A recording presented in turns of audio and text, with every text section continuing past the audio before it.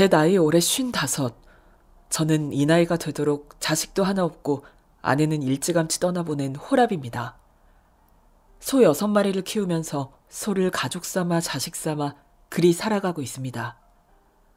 저는 많이 배우지도 못했고 세상이 어찌 돌아가는지도 크게 관심 없지만 제가 눈으로 보고 귀동냥으로 배우다 보니 사람은 우연히 만나고 우연히 엮이는 게 아니더군요.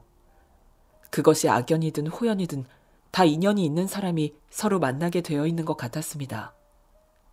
소시적 저에게는 혼자 가슴앓이를 하던 한 여자가 있었습니다.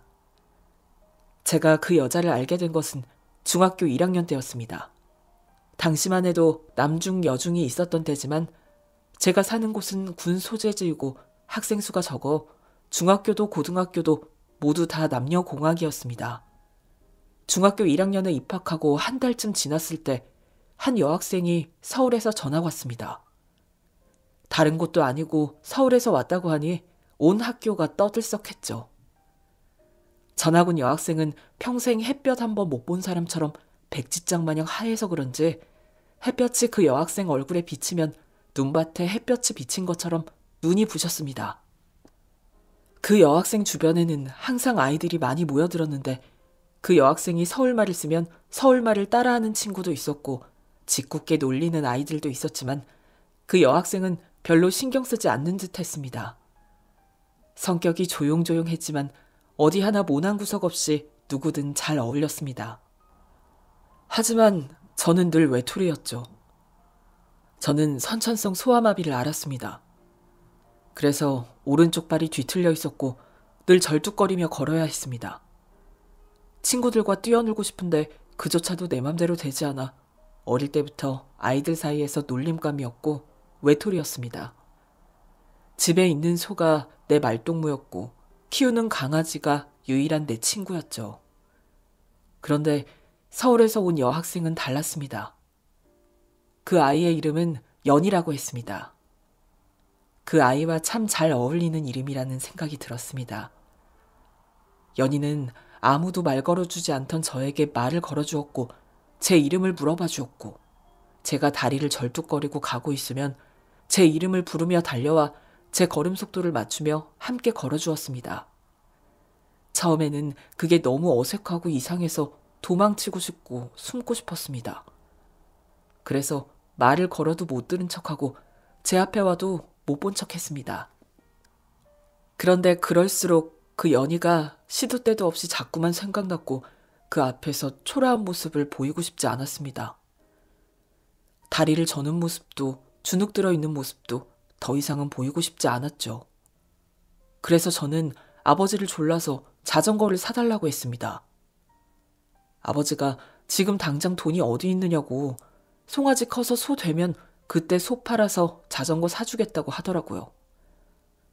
그런데 저는 지금 바로 사달라고 자전거 안 사주면 밥도 안 먹고 나가 죽어버릴 거라고 말도 안 되는 떼를 썼습니다. 제가 그렇게 떼를 써본 적이 없는데 하도 난리를 치니 아버지는 기가 막히다는 듯 저를 한참 동안 쳐다보시더니 며칠 뒤에 어디서 낡은 자전거를 하나 구해오셨더라고요. 그래서 저는 집에만 오면 몇 날 며칠 동안 담벼락에 꼬라박으며 자전거 타는 연습을 했고 드디어 저는 자전거를 타고 학교에 갈 수 있게 되었죠.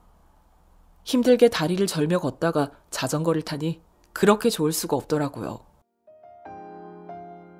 하루는 제가 자전거를 타고 학교에 가는데 저 앞에 연희가 걸어가는 모습이 보였습니다. 저는 자전거를 타고 순식간에 연희 옆을 쌩 지나갔고 제가 지나가자 태수? 태수야! 태수야! 하면서 연희가 저를 쫓아오는 것이었습니다. 그래도 저는 못 들은 척 그대로 지나가는데 뒤에서 비명소리가 들렸습니다. 제가 놀라서 자전거를 세우고 뒤를 돌아보니 연희가 저를 따라오다가 돌부리에 걸려 넘어졌는지 흙바닥에 주저앉아서 다리를 붙잡고 있었습니다. 연희한테 가보니 무릎이 까져서 피가 맺혀 있었습니다. 괜찮아? 많이 아파? 엄청 아파. 피나잖아. 연희는 금방이라도 울어버릴 듯 얘기했습니다. 내가 부르는데 네가 그냥 가서 너 따라가다가 그랬잖아. 네가 책임져. 그래서 저는 어찌할 바를 모르고 어떻게? 하고 물으니 학교까지 자전거 태워줘야지. 나 다리 아파서 못 걸어간단 말이야. 그래서 저는 저 앞에 세워놓은 자전거를 가지고 와서 연희를 뒷자리에 태웠습니다. 저는 넘어지지 않게 조심조심 돌멩이를 피해서 자전거를 탔고 연희는 자전거가 비틀거릴 때마다 제 옷을 꽉 거머쥐었습니다. 그러면서 얘기하더라고요. 너 자전거 엄청 잘 탄다. 나 다리 아프니까 집에 갈 때도 태워줄 거지? 나 교문 앞에서 기다리고 있을 테니까 갈 때도 꼭 태워가야 돼. 저는 뭐라고 대답은 안 했지만 연희가 마치고 나올 때까지 교실에서 지켜보고 있다가 연희가 운동장으로 걸어가는 모습을 보고 그제야 자전거를 가지고 교문 밖으로 나갔습니다. 그리고 저는 기다리고 있던 연희를 자전거에 태우고 연희를 집까지 바래다 주었고 연희 다리가 나을 때까지 저는 며칠 동안 계속 연희를 태우고 학교와 집을 오고 갔습니다. 학교에 이상한 소문이 돌았고 제가 네 마누라냐는 둥 별소리를 다 했지만 우리는 신경 쓰지 않았습니다. 외톨이였던 저에게 연희는 내 최고의 친구였고 자전거를 타고 함께 달렸던 그 날들은 내 인생 최고의 봄날이었습니다. 하지만 연희와 저의 봄날은 거기까지였습니다. 남자애들은 하얗고 예쁘장하게 생긴 연희를 가만히 두지 않았습니다. 우리 학교에 면장 아들이었던 양아치 놈이 있었는데 그놈이 특히 연희 주변에 늘 맴돌았습니다. 그놈은 연희를 어떻게 해보고 싶어서 안달이 나 있었습니다. 그리고 고등학교에 들어서자 양아치 놈은 남학생들에게 이상한 소문을 내고 다녔습니다. 자기는 연희와 손잡은 지 오래고 뽀뽀도 했고 더한 것도 해봤다고 했습니다. 그러면 남자애들은 그놈의 말을 믿고 팬티 색깔도 봤냐고 브래지어도 했냐고 물었고 그놈은 지멋대로 말을 지어내서 팬티는 분홍색이고 브래지어는 할 때도 있고 안 할 때도 있다고 얘기를 짓거리고 다녔습니다. 그러면 그 등신 같은 놈들은 무슨 상상을 하는지 눈을 번뜩이면서 해 벌어진 입을 다물지 못하고 침을 질질 흘렸습니다. 하지만 저는 그 말을 믿지 않았습니다. 연희는 절대 그런 놈과 놀아나는 애가 아니었고 그놈은 그런 변태 같은 헛소리를 짓거리고도 충분히 남을 놈이니까요. 그놈은 소문이 굉장히 안 좋은 놈이었습니다. 학교에 여선생이 치마를 입고 지나가면 발로 거울을 밟고 있다가 슬그머니 거울로 치마 속을 비춰보던 놈이었고 어디서 이상한 일본 여자 나오는 잡지를 구해와 쉬는 시간이면 아주 자랑스럽게 꺼내들고 아주 대단한 물건이라도 되는 양 주변에 있는 놈들과 돌려보곤 했습니다. 그런 놈이 연희 얘기를 입에 올릴 때마다 그 아구창을 날려버리고 싶었지만 저는 자신이 없었습니다. 그 주둥이 닥치라고 소리 지를 용기도 없었고 아구창을 날려버릴 수 있는 패기도 없었습니다. 저는 힘없고 용기 없는 절름발이 외톨이일 뿐이었습니다. 저는 연희를 우연이라도 만나게 되면 그놈 조심하라고 꼭 얘기를 해주고 싶었지만 제가 연희를 볼 때마다 꼭 연희 주변에는 그놈이 있었습니다. 그러던 어느 밤 저는 큰맘 먹고 연희 집에 찾아갔습니다. 연희 방 창문을 두드리고 연희를 불러내서 그놈이 너에 대해서 이상한 소문 내고 다닌다고 절대 그놈하고 어울리고 다니지 말라고 얘기했습니다. 그랬더니 연희는 제가 그냥 해보는 소리라고 생각했는지 그 말하러 여기까지 온 거야? 알려줘서 고마워. 역시 내 생각해주는 사람은 내 친구밖에 없네. 그저 환하게 웃으며 얘기할 뿐이었습니다. 그리고 그 다음날 저녁 집으로 가는데 그 양아치 놈이 저를 막아섰습니다. 어이, 너 연희한테 내 욕했냐? 제 어깨를 툭 치면서 시비를 걸더군요. 그래서 저는 아무 말도 못하고 고개를 푹 숙이고 있었습니다. 야, 이 병신 새끼야. 귓구멍이 막혔냐? 내가 묻잖아. 사람이 좋게 물으면 대답을 해야 할 거 아니야. 소리를 지르며 손가락으로 제 머리를 쿡쿡 쥐어박았습니다. 하지마. 제가 말을 더듬으며 말하니 그놈이 낄낄거리면서 웃더니 아, 이 병신 새끼 말 더듬는 것 좀 봐. 쫄았냐? 그러게 왜 그 주둥이님은 함부로 놀리고 다니세요? 그런다고 연희가 너한테 함 줄 거 같냐? 이 병신 새끼야. 그 소리를 듣자 얼굴이 화끈거리면서 연희를 그런 식으로 얘기하는 것에 저는 너무 화가 나서 하지 마. 연희 두고 그렇게 얘기하지 마. 소리 지르며 그 녀석에게 달려들었습니다. 순간 이 병신 새끼가 미쳤나? 소리를 지르며 그놈은 저를 마구잡이로 패기 시작했는데 어디를 어떻게 맞았는지도 모르겠고 움직이려고 하니 몸이 제대로 움직이지도 않았습니다. 그놈은 제가 꼬꾸라지자 야, 너 앞으로 조심해. 다음에 걸리면 이 정도로 끝나지 않을 거야. 그제야 주먹질 발길질을 멈추고 돌아서 갔습니다. 저는 그 후로 최대한 그놈 눈에 띄지 않게 숨어서 돌아서 다녔습니다. 그리고 연희는 그 후로 그림자도 보기 힘들었습니다. 그렇게 저는 다시 외톨이로 지냈고 고등학교 생활은 그렇게 거의 끝나가고 있었습니다. 그런데 고등학교 졸업을 앞두고 이상한 소문이 돌기 시작했습니다. 연희가 임신을 했다는 소문이었습니다. 그 소식은 온 학교 애들 입을 타고 돌아다녔고 결국은 외톨이인 제 귀에까지 들어왔는데 애들이 하는 얘기를 엿들어보니 연희가 그놈에게 겁탈당한 듯 했습니다. 그 양아치놈이 생일이라고 초대를 해서 애들을 불렀는데 애들 보내고 연희는 자기가 바래다 준다고 해놓고 집안에서 연희를 범했다고요. 그게 사실이라면 그놈은 감방을 가야 되는 일이었습니다.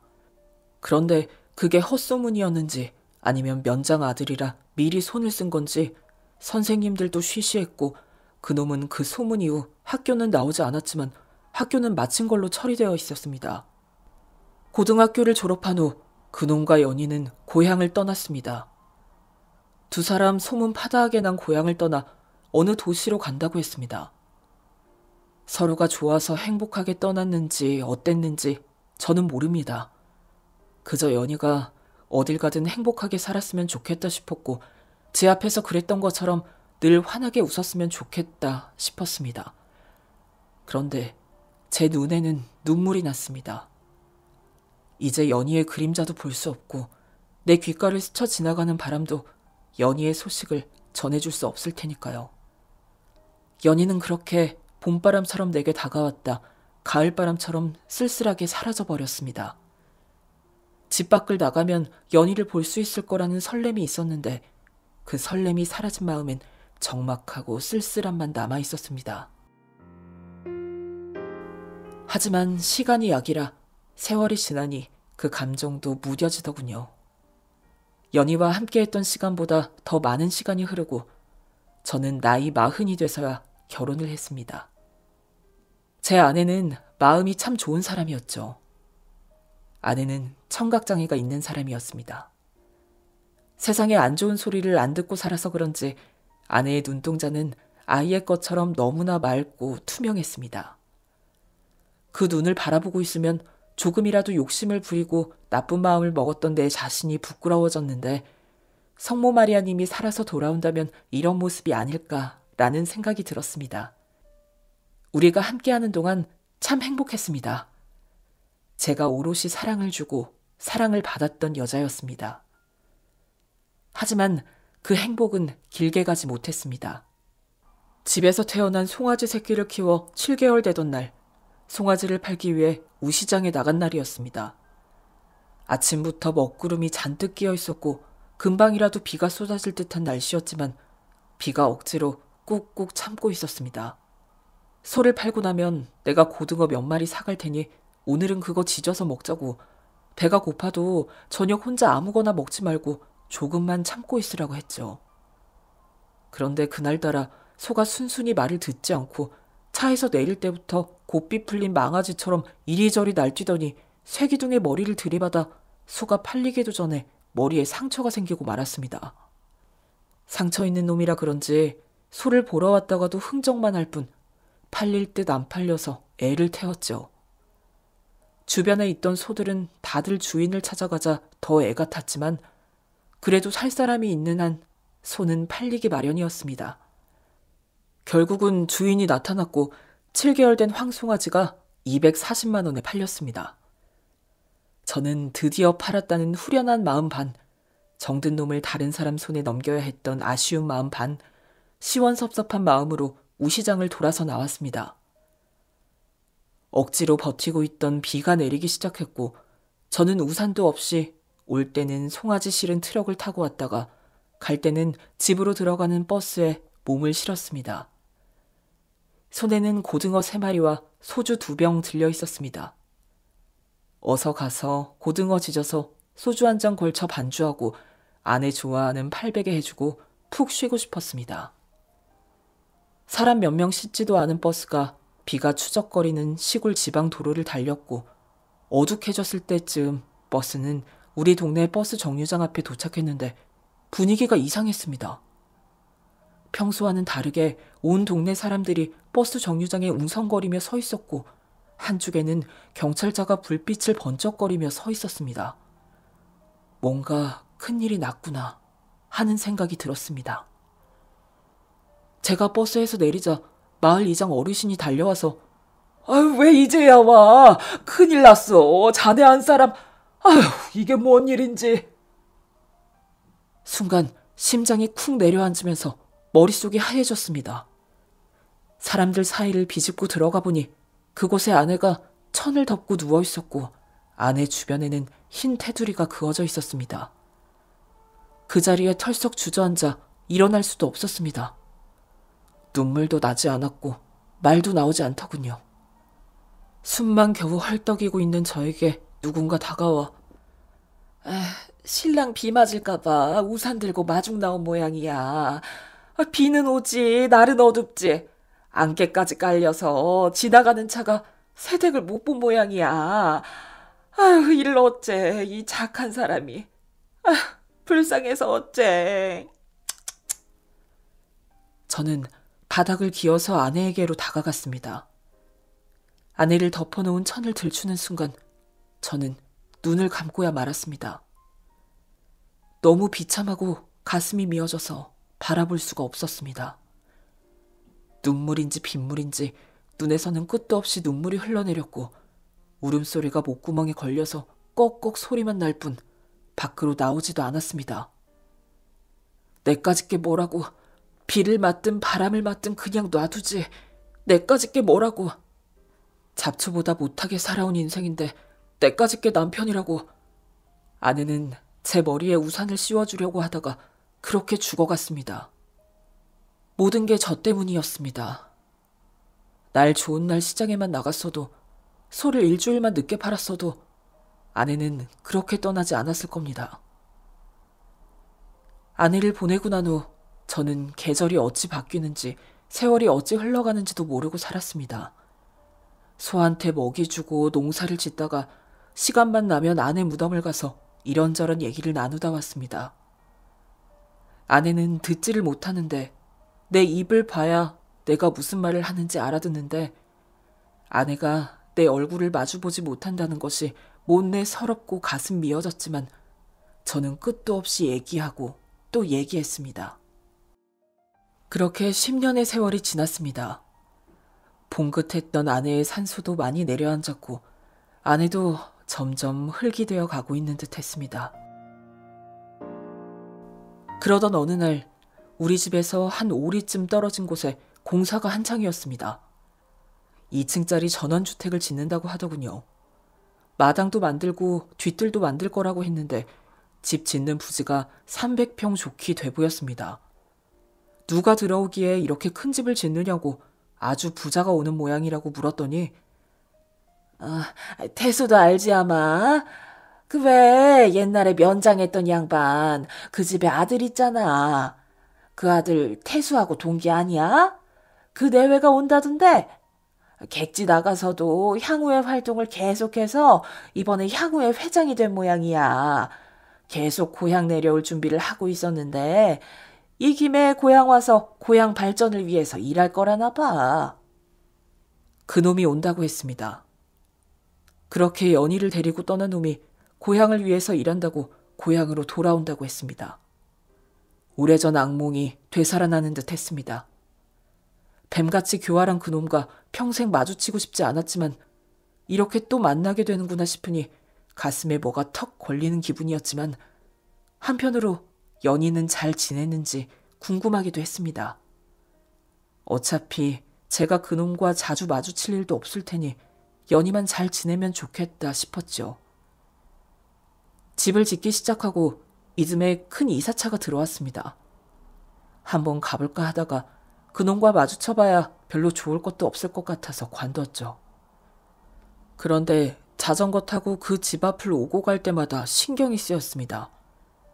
저는 그 집 앞을 지날 때면 저도 모르게 힐끗힐끗 그 집을 쳐다보게 됐는데 하루는 그 집 앞을 지나다가 너무 놀라서 담벼락에 처박힐 뻔했습니다. 그 집 마당에 한 여자가 초점 없는 눈으로 가만히 앉아 있었는데 그 여자는 한눈에 봐도 연희였습니다. 연희에게도 세월은 비켜갈 수 없었을 텐데 제 눈에는 오래전 그때 연희 모습 그대로였습니다. 조금 달라진 게 있다면 웃음기가 전혀 없는 얼굴이었습니다. 연희의 하얀 얼굴엔 그늘이 져 있었습니다. 그 그늘은 오랜 시간 동안 깊이 새겨진 그늘이었죠. 그동안 연희에게 많은 일이 일어났음을 직감적으로 알 수 있었습니다. 저는 그냥 지나갈까 하다가 자전거를 세우고 낮은 담벼락을 넘어다보고 연희를 불렀습니다. 처음에는 목소리가 나오지 않아 헛기침을 하다가 연희지? 하고 물으니 연희가 천천히 고개를 돌려 제 쪽을 향해 보았습니다. 그리고 저를 못 알아보는 듯 한참을 쳐다보더니 태수? 혹시 태수니? 하고 물었습니다. 제가 고개를 끄덕이니 세상에 태수야, 네가 어떻게 여기 왔어? 내가 여기 온 거 알고 있었어? 하고 물었습니다. 응, 오다가다 들었어. 나는 저 동네 살아. 반갑다. 오랜만이야. 세상에, 그렇구나. 나 안 그래도 너 한번 보고 싶었어. 그런데 이렇게 가까이 살고 있을 줄은 몰랐어. 너는 아직 그대로네. 표정이 순수했던 그때 표정 그대로야. 나는 많이 늙었지. 그래서 저는 아니라고, 너 옛날하고 모습 똑같아서 내가 한눈에 알아봤다고 했죠. 그제야 연희가 보일 듯 말 듯 희미하게 웃었습니다. 잘 지내고 있는 거지? 별일 없는 거지? 제가 묻자 연희는 아니, 사는 게 지옥이야. 하고 대답했습니다. 제가 놀라서 연희를 쳐다보자 내가 무슨 소리를 한 거야. 신경 쓰지 마. 그냥 해본 소리야. 그런데 너희 집은 어디야? 결혼은 했지? 애들은? 하고 물었고 저는 그냥 웃으며 혼자야. 부모님도 얼마 전에 돌아가시고 아무도 없어. 내 팔자지 뭐. 너는? 너도 아이 있었잖아. 그랬더니 연희는 아이? 그때 그 새끼 때문에 생긴 아이 유산됐어. 애도 없는데 이 새끼가 이날 이때껏 나를 놔주지를 않네. 그 얘기를 하는데 연희 눈에는 핏발이 서는 듯 했습니다.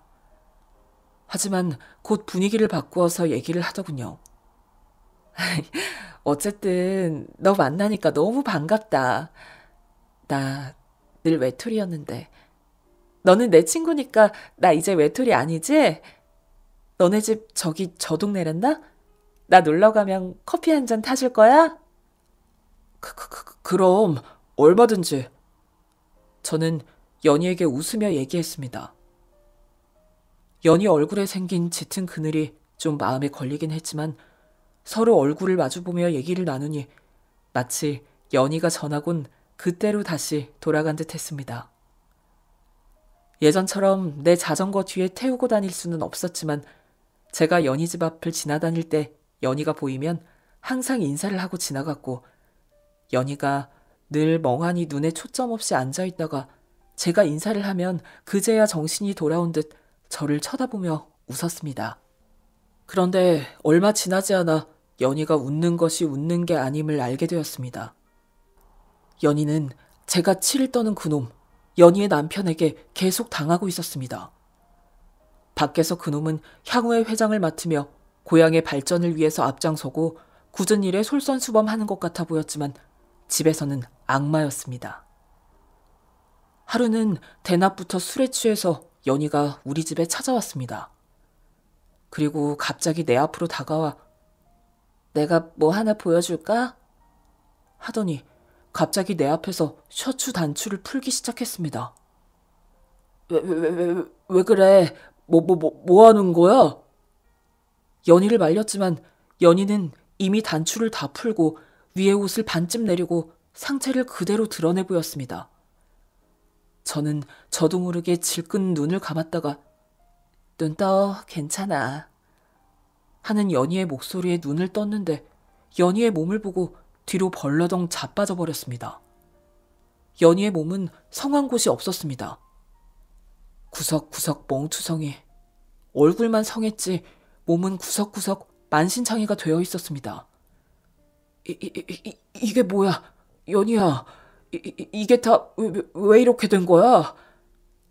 제가 놀라서 묻자 연희는 아무렇지도 않게 그 새끼가 맨날 매질해 하고 대답했습니다.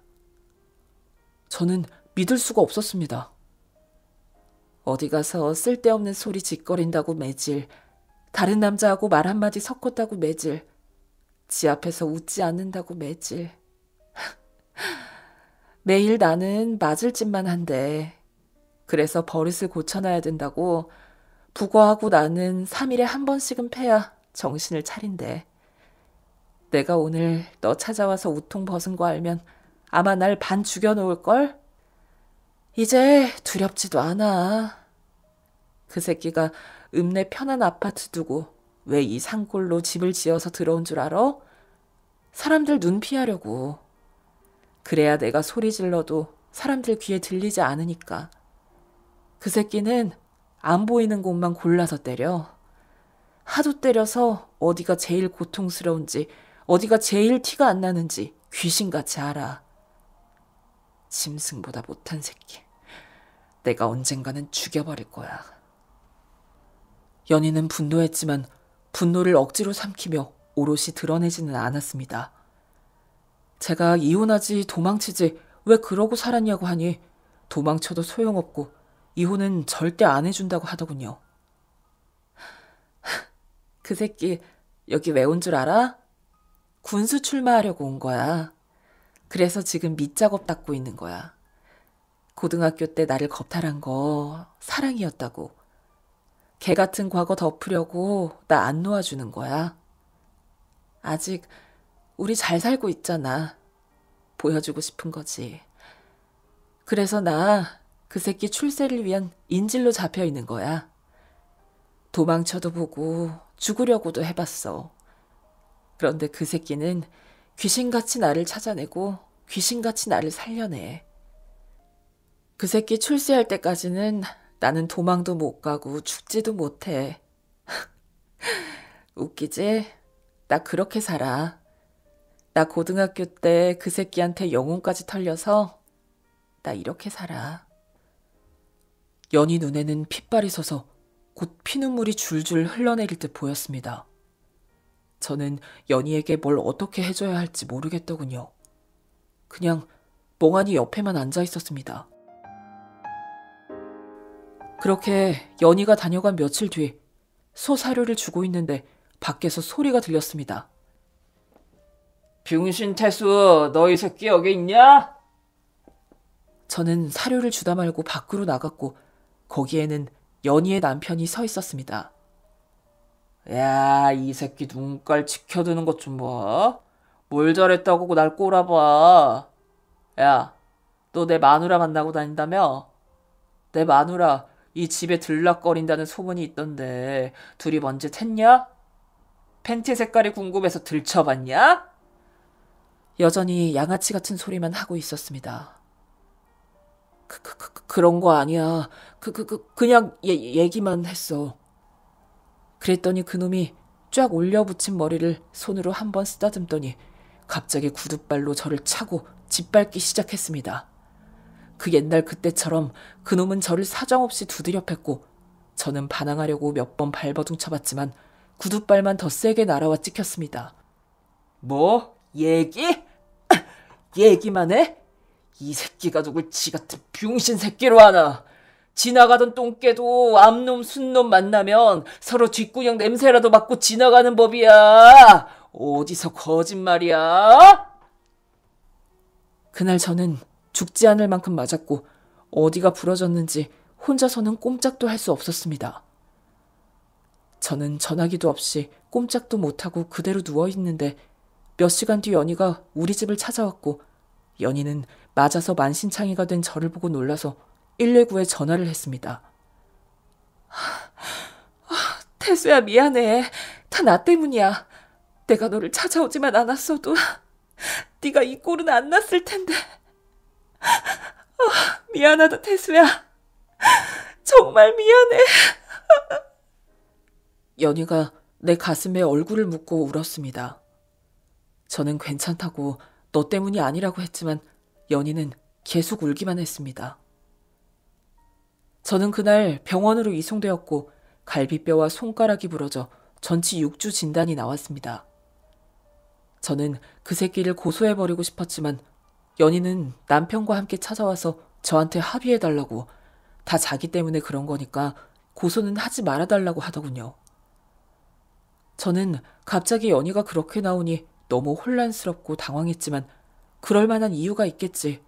그렇게 말 안 하면 집에서 무슨 일이 일어날지 모르니 그래서 그러는 거겠지 생각이 들었습니다.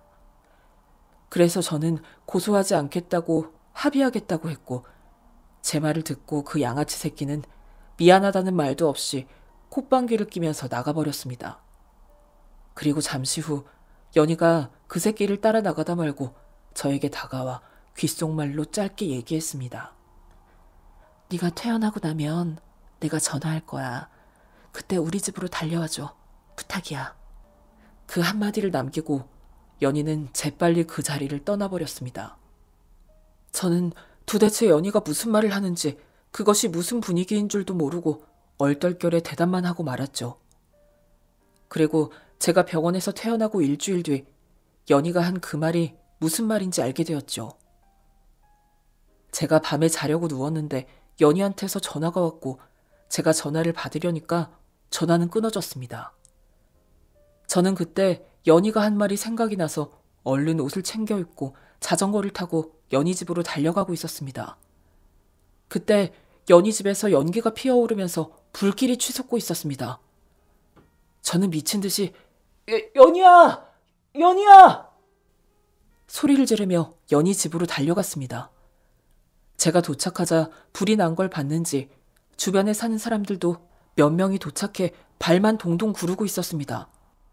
아이고, 이게 웬일이야. 119 올 때까지 기다리면 한참 걸릴 텐데. 아유, 이 일 어쩌면 좋아. 어쩌다 불이 난 거야. 저는 앞뒤 생각할 것도 없이 불길이 휩싸인 집 안으로 뛰어갔고 연희는 손목이 뒤로 묶인 채 현관문 앞에 꼬꾸라져 있었습니다. 연희야! 정신 차려, 연희야! 저는 연희를 안고 불길을 헤치고 밖으로 뛰쳐나왔고 잠시 후 119가 도착해 다행히 연희는 응급처치팀에 넘겨졌습니다. 하지만 불길은 온 집을 휘감고 타고 있어 119 대원들은 감히 접근하지 못하고 일단 불길부터 잡았는데 불길이 잡히고 난 후 집안을 살펴보니 연희의 남편은 새까맣게 그을려 재가 되어 있었습니다. 그날 저녁 연희의 남편은 술을 과하게 마시고 집으로 왔다고 했습니다. 연희가 우리 집에 드나든 걸 알게 된 후부터 그놈은 잠들기 전에 항상 연희가 어디 나가지 못하게 손목과 발목을 묶어두었다고 하더군요. 그날도 예외는 아니었던 거죠. 불은 전기 누전으로 인해 벽에서 시작된 것으로 확인됐는데 손발이 묶인 연희는 도망치지 못하고 현관문 앞에까지 겨우 몸을 움직여서 왔고 술에 취해 골아떨어진 연희 남편은 불길이 치솟는 줄도 모르고 그대로 불길에 사로잡혀 버린 것이었습니다. 연희는 조용히 남편의 장례를 치렀고 장례가 끝나고 불난 집을 정리하고 있었습니다. 제가 연희에게 가서 괜찮아? 하고 물으니 연희는 이제야 지옥이 끝났어 하고 희미하게 웃었습니다. 그리고는 연희가 의미심장한 얘기를 하더군요. 이 모든 건 너를 믿었기에 가능한 일이었어. 나는 네가 달려와 줄 거라 생각했고 한치도 의심하지 않았어. 그래서 저는 설마 네가 불을 낸 거냐고 물으려다가 그만두었습니다. 묻고 싶지 않았고 알고 싶지도 않았으니까요. 세상엔 그냥 묻어두어야 하는 비밀도 있을 테니까요. 그렇게 연희는 불이 난 집을 정리하고 고향 떠날 준비를 했죠. 고향을 떠나는 날 연희가 그러더군요. 태수야, 나는 네가 필요해. 네가 내 옆에 있었으면 좋겠어. 중학교 때부터 그랬어. 그 새끼 때문에 너와 꽤 오래 떨어져 있어야 했지만 나 줄곧 너만 생각했어. 고향에서는 사람들 눈도 있으니 좀 그렇고 우리를 모르는 곳에서는 괜찮지 않을까? 괜찮다면 나를 찾아와 줄래? 기다릴게. 그렇게 연희는 주소 한 장을 저에게 남겨주고 떠났습니다. 저는 그날 연희에게는 아무 말도 못하고 연희를 떠나보냈습니다. 연희가 떠난 지 6개월이 지난 지금까지도 어떻게 해야 할지 마음을 잡지 못하고 있지만 언젠가 제 마음이 동하는 날, 나의 불쌍한 아내가 연희에게 가도 좋다고 허락해주는 날, 연희에게 가보려 합니다. 그날이 언젠가 될지는 모르겠지만 언젠가 그날이 오겠죠. 우리가 뗄래야 뗄 수 없는 인연이라면 말입니다.